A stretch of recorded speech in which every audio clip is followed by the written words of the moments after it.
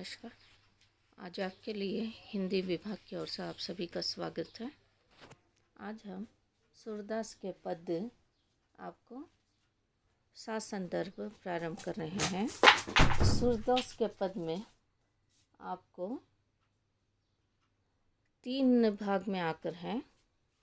ओ दो हम आजो भाई बड़े भागी करके है। इसका अर्थ आपको लिखने के लिए यहाँ पर दिया गया है। प्रसंग उपयुक्त पद्यांश हमारी हिंदी पाठ्य पुस्तक साहित्य गौरव से संकलित पदपाठ सूरदास के पद में से उदित है। इसके रचयिता हैं सूरदास। अब ये आपके लिए प्रसंग हो गया। नेक्स्ट आपके लिए व्याख्या प्रारंभ होता है। व्याख्या में उपयुक्त पंक्तियों में गोपिकाएं उदो से कह रही है कि आज वो बहुत भाग्यशाली बन गई है, क्योंकि जिन आँखों से उदो ने श्री कृष्ण को देखा है, आज वही आँखें उनके शरीर में लग गई हैं। जिस प्रकार भैरव की तरफ फूल की गंध हवा लेकर आ जाती है, वैसे ही उनके उदों को देखकर बहुत आनंद की अनुभूति हो रही है। जिस प्रकार दर्पण में देखने से अपनी दृष्टि आती रुचिकर लगती है, उसी प्रकार हमें कृष्ण यानी श्री कृष्ण मिले हैं और मिलन के इस आनंद की प्राप्ति के बाद हमारे शरीर ने अब विरह का वेदन का त्याग कर दिया है। अब तो हृदय श्री कृष्ण में के मिलने से आनंदित हो रहा है। यहाँ पर जब श्री कृष्ण मथुरा जाते हैं तो ब्रिज के आधार पर वहाँ की गोपिकाएं यानी वहाँ की लड़कियां हैं या स्त्रियां हैं, उन्हें गोपिकाएं कहते हैं। तो वो व्याकुल हो जाती है यानी बेचैन हो जाती है, क्योंकि उनका कार्य हर रोज़ कृष्ण को देखना और उनके छवि को देखना, उनसे देखकर मन तृप्त होता था, आनंद होता था। जब बहुत समय तक कृष्ण नहीं आते हैं तो उस समय कृष्ण को देखने के लिए सारी वहाँ की युवतियाँ और स्त्रियाँ बेचैन यानी व्याकुल हो जाती है। तो उस समय उन्हें समय कटता नहीं है और उनकी आँखों में प्रतीक्षा होती है कि कब कृष्ण आएंगे और कहाँ चले गए हैं। ये सारी चीज़ें उनके मन में और उनके शरीर में आग लगने के समान हो जाती हैं। तो समय वो आँखें उसी तरह देखती रहती है। तो उस समय उदो नाम के मंत्री यानी कृष्ण के मंत्री एक संदेश लाते हैं। तो वो आते समय जैसे इतनी पवन का अर्थ है हवा बहने लगती है, जैसे फूलों के लिए जो बहुरे मंडराते हैं, उसी तरह एक तरह की सुगंध उत्पन्न होती है। तो यहाँ पर उदो जैसे मिलने आते हैं तो उस समय उन्हें संदेश जो कृष्ण का लाकर देते हैं, तो वहाँ पर वो सारी चीज़ों का यानी जिस तरह से हवा का बहना और एक तरह से गंध यानी खुशबू का प्रयोग होना, और जैसे उस हवा पवन के रूप में जिस तरह से जो खुशबू आती है, तो उन्हें एहसास होता है कि कृष्ण आ रहे हैं। पर कृष्ण से मिलकर आने वाले उदो ने संदेश लाकर देते हैं। तो उस समय वो संदेश देते समय उन्हें इस तरह से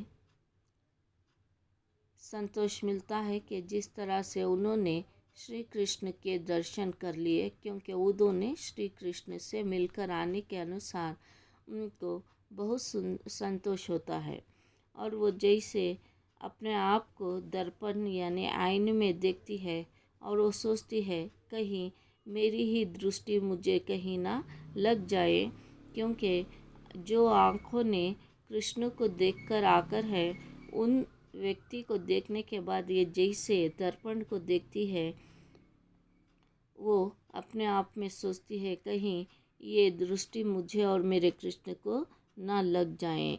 इस तरह से वो युवतियाँ अपने आप में सुख हो जाती है, संतोष हो जाती है, और फिर उसी आनंद के अनुसार वो अपने आप को जो विरह यानी दूरियां जो उत्पन्न हुई थी, अब वो दूरियां मिट जाती है। जैसे अब कृष्ण से मिलने का समय आ रहा है, तो वो अपने आप को त्याग कर चुकी थी, वो हृदय अब फिर से कृष्ण के मिलने की आनंद खुशी उनमें आ रही है। ये आपकी पहली पंक्ति है। आप विशेषता इसमें लिखना है। विशेषता आपके इस पंक्ति के आधार पर होगा। विशेषता आप लिखेंगे यहाँ पर श्री कृष्ण के दूर होने के आधार पर और उद्धव आने के बाद गोपिकाओं को जो मिला आनंद के ऊपर लिख सकते हैं, क्योंकि यहाँ पर गोपिकाएं अपने आप को भाग्यशाली समझ रही हैं। नेक्स्ट दूसरा वाला पंथ है, जमुना तट देखे नद नादन करके इस तरह की पंक्ति आपको आएगी।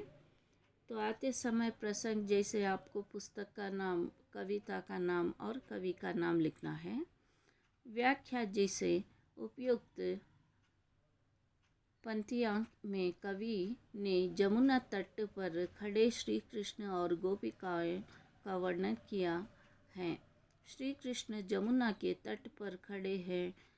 उन्होंने मोर मुकुट धारण कर रखा है और उनके कानों में मकर के आकार का कुंडल है। शरीर में पीतांबर वस्त्र पहने और चंदन लगाए हाथ अत्यंत सुंदर लग रहे हैं। उनके दर्शन में गोपिकाओं की आंखें तृप्त हो गई है और उनका हृदय गदगद हो रहा है।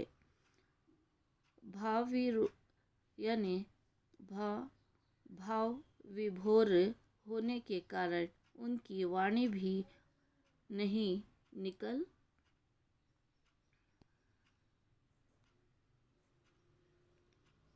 पा रही है।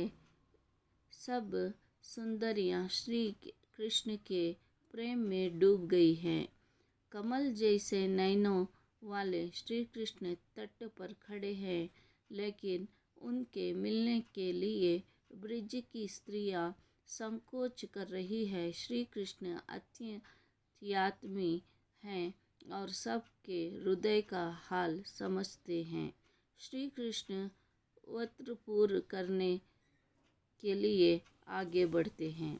यहाँ पर जमुना तट किनारे यानी एक नदी है जिसे यमुना भी कह सकते हैं, जमुना भी कह सकते हैं। उस नदी के किनारे श्री कृष्ण खड़े हैं और उनके हाथों में जिस तरह से फर्स्ट उनके सर से ले रहे हैं, सर पर जैसे एक मोर मुकुट है, मुकुट के पास यानी एक मुकुट है जो क्राउन, और फिर उसी के पास उन्होंने जिस तरह से एक मोर का पंख लगाए हुए हैं और उनके कानों में जो बालियां हैं वो बालियां जिस तरह से मकरकुंत यानी मछली के आकार की है, और फिर उसी के अनुसार उनके आँखें जो हैं जिस तरह से कमल की पंक्तियों की तरह है, उनके होठ जिस तरह से लाल रंग के हैं और हाथ में हरे रंग की बांसुरी हैं, और फिर उनके जो पहने हुए वस्त्र यानी कपड़े जो हैं वो पीले रंग के हैं, और फिर उनके हाथों पर चंदन का जो लेप है। ये सारी चीज़ें देखकर गोपिकाएं अपने आप को खोने लगती है। तब श्री कृष्ण उनके मन की बात समझकर उनके जिस तरह से सपनों के रूप में या वो जैसे चाहती है उस रूप में उन्हें धारण करते हैं। ये कृष्ण के आधार की बात है। धन्यवाद।